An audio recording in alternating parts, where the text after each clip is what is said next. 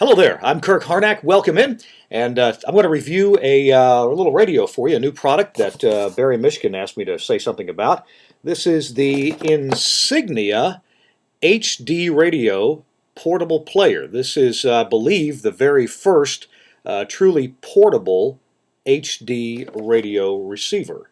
So it comes in a box about like this. I got mine by finding it for store pickup with Best Buy. It happened to be at 3 stores in the Nashville area, according to the Best Buy website. Picked it up today, cost $49.99 plus sales tax for a total of $54.61. So there's the financial details. Well, unboxing it, what do we find? We find the radio itself right here.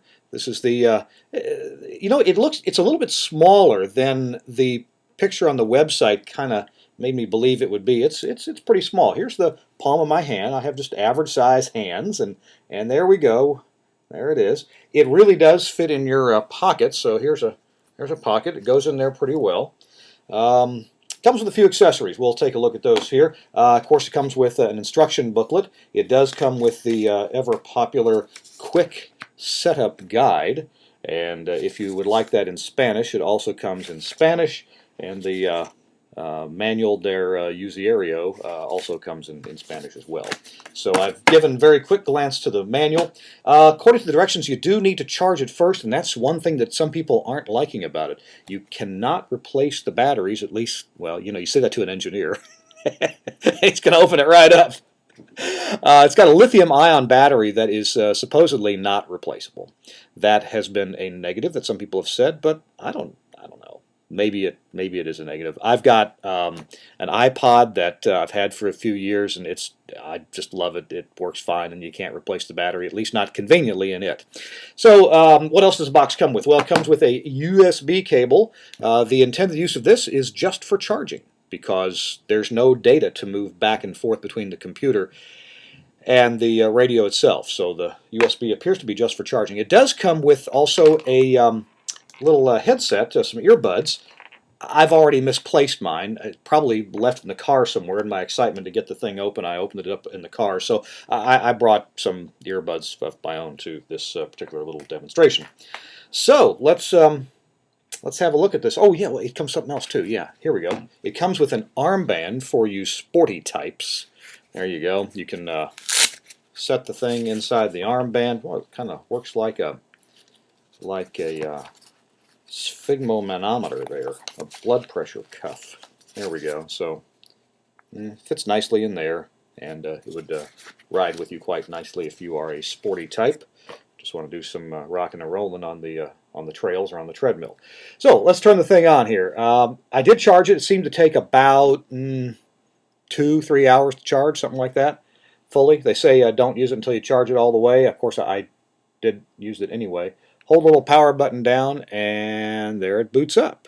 It says HD radio right on the front, and I know a little hard to read on the laptop's camera there, but oh, there we go. It's not so bad.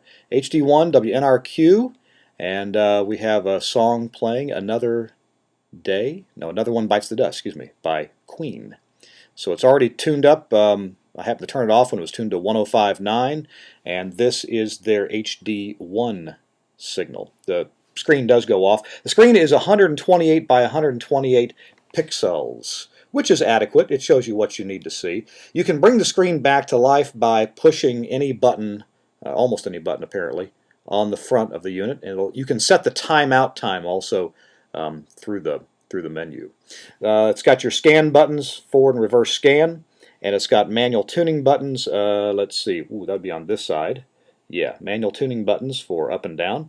The menu button right here, which brings up a menu of the LCD control, which means you can set the contrast or the LCD off time. You can set the Seek Select, which you can have it seek all stations or only HD stations. So you have that choice about the menu. It also has a little thing on the menu to tell you which version of software are you using. So there you go. Apparently I've got version 1.00.00, so I guess it's ready for release. And finally, there is a button you can press to get the factory default settings if you want to reset everything to factory default. It does have some buttons that let you set the memory. PS plus and PS minus are the memory setting buttons. It'll easily overwrite other memory positions, so it doesn't really keep you from doing that.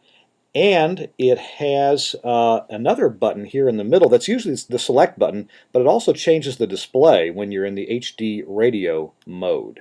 It changes it to a schedule, they call it, or a menu of the different HD signals that are present and what's on them. So in this case, I'm tuned to WNRQ FM in Nashville, and it says that we have Billy Joel Big Shot on one of the channels. We have Erasure, Change of Love, and we have WLAC AM on the third HD signal, and that is on there. They're giving you an advertising message on it.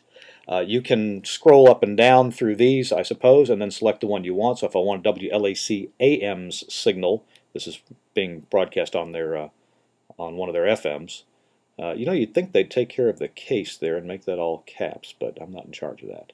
So, and you can see some scrolling text there on the unit. Go to, save. It'll start scrolling here in a minute. Save my radio. Save your radio.org. SaveYourRadio.org. All right, so that's pretty much it. It does supposedly depend heavily. Oh, let me show you tuning. I guess we want to at least do something about that.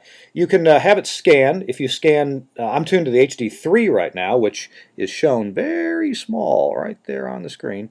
You can tune down, and there's the HD2. The little plus sign behind the HD2 shows you that it is that there's an HD3 available. If there's something available higher than that, there's the HD1. And it will, if you hit scan down one more time, it won't go to the FM version of this. It'll just go scan on down to the next station down the dial. So I have no antenna on here right now, so I really wouldn't anticipate this. Oh, there we go. Stopped at 104.5, which I believe is FM only. But there is RDS present on 104.5. You can see by the RDS indicator right here.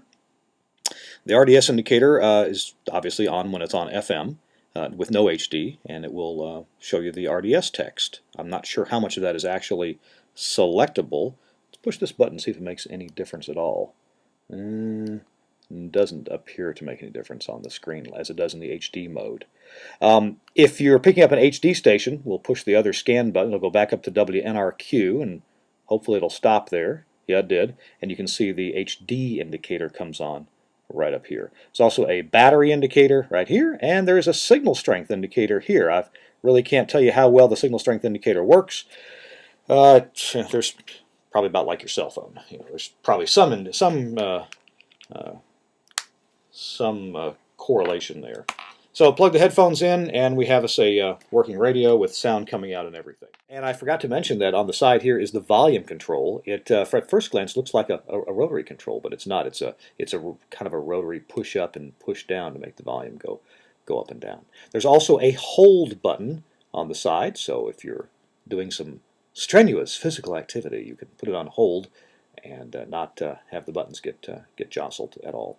And then there's the all-important Control-Alt-Delete control. Yes, it's the reset control. So right there, you can hit that with your favorite bobby pin.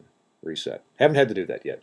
So there you go. There's a review of the Insignia NS-HD01, about $50, and it's okay. I kind of bought it because I figured it ended up being a bit of a collector's item.